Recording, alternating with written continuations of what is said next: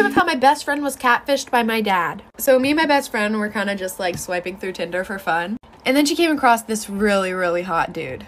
So of course, she swiped right and they talked all night long. And he said he had an Android, so he couldn't FaceTime, but his messages were blue, so I thought something was off. She was too blinded to see that something was up in the first place because she was messaging with a really hot guy. So about a week of them just like texting back and forth and I guess getting to know each other, they decided that they were going to meet up. So they both decided that they were going to meet up at an Olive Garden near them. And you see, as her best friend, of course, I'm going to have to go with her. So I got dressed up and I sat about 5 tables away from her. And we got there about 30 minutes earlier than we were supposed to be there. Okay, so my best friend had 3 bowls of fettuccine alfredo before he got there. So when he got there, it wouldn't look like she ate a lot. Then I see my dad walk in, all dressed up and fancy with a bow tie and everything. This story time just gets so much more funnier, so like for a part 2. Part 2 of how my best friend was catfished by my dad. Continuing with the story, I see my dad walk into the restaurant all dressed up. Mind you, my dad's married. To my mother, of course. So I was like, ooh, my dad and my mom are finally going on a date together. And then he looks over to my best friend and walks over to the table. When I tell you my heart dropped, my heart has never sank so deep inside me so fast. He sits down and asks her, is this Mackenzie? When I tell you I busted out laughing so freaking hard I fell out of my chair. And almost everybody in the restaurant turned around and looked at me, and so did my dad. And I walk over to the table and I'm like, what the heck is going on here? My best friend is literally just sitting there in shock, no emotion on her face. Then he looks at us, he looks really confused, his face goes blank, and then he goes, I was just trying to teach y'all girls a lesson. I told my mom and I was just getting a laugh out of it, and then she looked through his phone and said that he was meeting up with a bunch of 14-year-old girls. So comes to find out, my dad is a pedophile. My mom kicked him out, and if you're one of those girls, I really do apologize. So when I was a sophomore in high school, I had this teacher who would only let the students in her class use the restroom 1 time per semester. Well, one day I raised my hand and I was like, excuse me, I don't remember her name, can I please use the restroom? And she was like, no you can't, because you've already used the restroom in my class this semester. Well, excuse me, you can't dictate my bladder. So I'm like all frustrated, and I started secretly texting my mom because I wasn't allowed to use my phone in class. And I was like, Mom, I'm sitting in class right now, my teacher won't let me use the restroom. And she was like, I'll take care of it for you. And I was like, okay. So like 5 minutes goes by, and all of a sudden my teacher's phone starts ringing. And she walks up to it and answers it, and she's like, hello? Yeah. Okay, thank you. And then she walks up to me like so angry, and she like slams the pass on my desk, and she was like, since you have to go that bad. And I was like, yeah, I really do, thanks. And I got up and left. I didn't even have to go to the bathroom. It was just the principle of it. I just roamed the halls. This is a story of the time that I caught my neighbor's mom talking smack about me. So I don't know about you guys, but every single Wednesday in my middle school, we would have a bagel sale. And some people's parents would come in to help out. And my neighbor's mom was one of those parents. And I had a best friend at the time whose mom would also work at the bagel sales. But this best friend of mine, her mom never let us hang out with each other because she felt that I was a bad influence on her. When in reality, it was the complete opposite. She was the one that snuck the boys in her house, if you guys remember that story time, where they peed in a flower pot. So basically her mom wouldn't let us hang out. And sometimes my friend would go with her mom in the morning, basically as a ride to school, and to help out with the bagels too. And one day when she went in with her mom, my neighbor's mom also was there too. So my friend starts eavesdropping into their conversation, and my friend's mom brings me up and says how much of a bad kid I am and a bad influence. And my neighbor's mom was like, oh wow, that's my neighbor, like we always suspected something bad about her, our whole entire neighborhood knows this about her, basically making stuff up about me. So then I go home crying, tell my mom. Part 2 of catching my neighbor's mom talking smack about me. So my best friend tells me all these things that my neighbor was saying about me, obviously. And I got really upset, so I went home and I just started to cry. Because for some reason I felt like when I was younger, every one of my friends' parents hated me. And I never really knew why. I was always the type of person to like let my friends do whatever they want and encourage them in doing whatever they want, whether that's breaking the rules or following the rules. So I mean, I guess that could be something, but I'm just being a supportive friend, like... Sorry, I got off topic. So when I told my mom, she was like, okay, come with me, I'm gonna knock on her door. And I was like, heck no, I do not feel like dealing with this. Mom, you deal with it. So she calls her up on the phone, puts her on speakerphone, confronts her about the situation, and this lady starts going on about how she loves me like I'm her own child, saying that I was never a bad influence on her daughter, and that she actually wanted me to hang out with her daughter more. Like, that's not what she was saying at bagel sale. This boy lied about his age just to date me.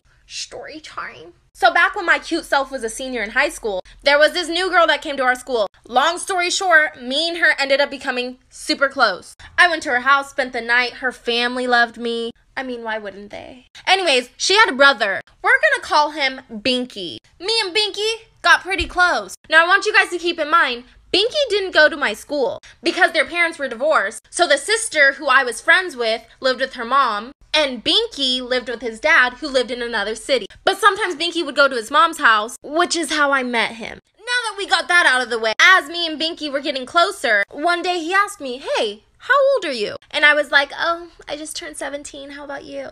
He told me, "Oh, I'm 17 too, but my 18th birthday is coming up." After a while, me and him eventually started dating. Then one day, I ran into his cousin who happened to go to my school. The rest of this story is crazy.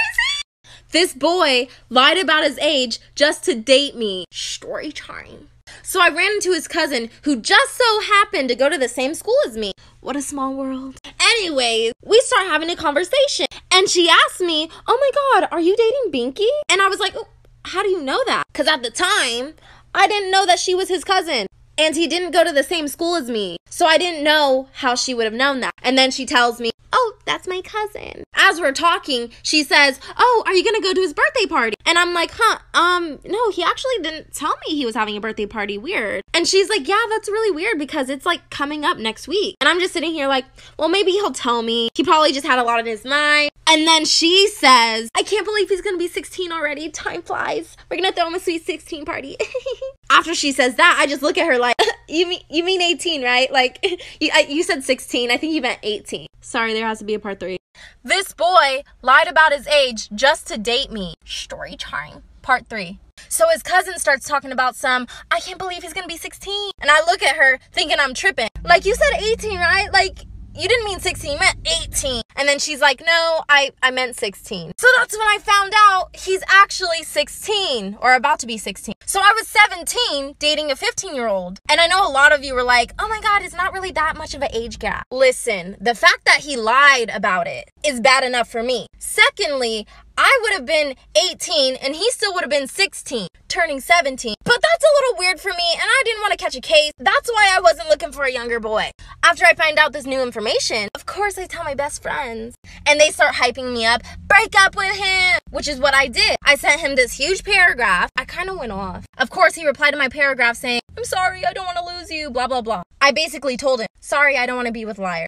I blocked him and haven't seen him. This is why it's better to have one friend that you hang out with regularly instead of having a big group of friends. And trust me, you're going to want to listen to this story time. So when I was a sophomore in high school, I was kind of going through an identity crisis and low-key still am. I went to a predominantly white school for the majority of my life. So let's just say I was extremely whitewashed. It was one of those times in my life where if a white person said the N-word around me, I would just laugh. Not because I didn't know it was wrong, but because I wanted to be accepted and I wanted to be like everybody else and I seeked validation. Sophomore year was really when I started to become who I am today. I wanted to learn way more about my culture and my background. So I started becoming friends with people from other schools that are more diverse. Eventually, I met this group of girls. And I thought these girls were going to be the sweetest girls I would ever meet. Now, this friend group was serving flavor. I'm talking diverse to the T. One night, we decided that we were going to spend the night at one of the girls' houses. Let's call this girl Sally. I kept getting lost on the way to Sally's house, and I thought it was because I didn't know the area that well. Keep in mind, that's what I thought was the reason. I get there and we watch like 4 or 5 movies before I end up falling asleep. And when I wake up, I was in a room full of grown-ass men staring at me. Storytime part 2 of why it's better to have one loyal friend instead of a big group of friends. I forgot to mention in part 1 that when I arrived, the men were already there. Mind you, we were in sophomore year. These men looked like they were in college. So I was already a little thrown off, but I trusted it because I was with my friend. When I wake up, these men are like staring at me. But they try to look away really fast, but I could tell that they were staring at me. I start thinking the worst of the worst. I try to think of any possible way that I could get out of there, whether it was physically or mentally. So I pretend to fall asleep just to escape the reality of it. But then one of the men at the bottom of the bed starts rubbing my feet. I immediately kick my leg so I can get his hands off. Now I'm thinking he's gonna be mad and I'm gonna get fucking attacked. So I try to make small talk to loosen the tension. So I look at the guys and I'm like, "Hey, do you know where the girls went?" One of them looks at me and says, "Oh, they went home." So I'm like, I thought this was Sally's house. And they say nothing. So at this point, I think I'm being set up. I try my best to not make it seem like I'm suspicious of them. I casually act like I need to pee. Walk into the bathroom and I see a window. Automatically something clicks in my mind, get the fuck out of there. Making part 3 right now. Part 3 of why you should have one loyal friend instead of hanging out with a big group of friends. So I go into the bathroom and there's a window. I'm thinking to myself, I would be so dumb. I would be so extremely incredibly stupid to go back into that room full of grown ass men that I've never met before, instead of making my escape through that window right here, right now. So I trusted my gut and I got the fuck out of there. Mind you, I'm in my PJs right now. No shoes, no socks. I'm making my great escape. Call me Pablo Escobar. While I was doing all of it, I was in disbelief. Like, I cannot believe that I'm escaping, like, right now. Like, this is actually insane. Like, I did what I believed was right at the moment. And honestly, that decision might be the reason why I'm alive right now. So I make a run for it. I immediately run to the front of the neighborhood. I hide behind some trees and then I call my sister. I call my sister instead of my parents because my mom was the one who drove me there. And if she knew that something bad happened, she wouldn't have let me go out again. I'm frantically explaining everything on the phone to my sister. She literally speeds to come get me. When she gets there, I immediately hop in her car and we get the fuck out of there. On our way home, I get a text from Sally. Last part is part 4. I'm making that right now. Part 4 of why you should have one loyal friend instead of having a big group of friends. So I'm on my way home and I get a text from Sally. Hey girl, where are you? We went to the gas station to get some milkshakes. You could have came with, but you were already asleep. I didn't even respond. I just blocked all of them because I know damn well that they were not getting milkshakes. Because 1, why didn't they wake me up to get milkshakes? Because I wasn't the first person to fall asleep. I'd never fall asleep first at somebody's house with a big group of people. I saw somebody else who looked like they were sleeping, so I thought that I was going to fall asleep too. 2, why were all those grown ass men there? Nobody told me that they were going to be there. Like I said, we were sophomores. These men were in college. Maybe even graduated from college. They were grown. 3, why would she lie about it being her house? 4, why did the boy say she went home? And remember when I said I kept getting lost because I didn't know the area? Once I went back to look through the messages that I had with those girls to see if there was anything fishy going on, I noticed that they were all sending me different addresses. Either one number would be off or a letter would be off. They definitely were planning something because they were trying to get me there late. I haven't seen or talked to those girls since then.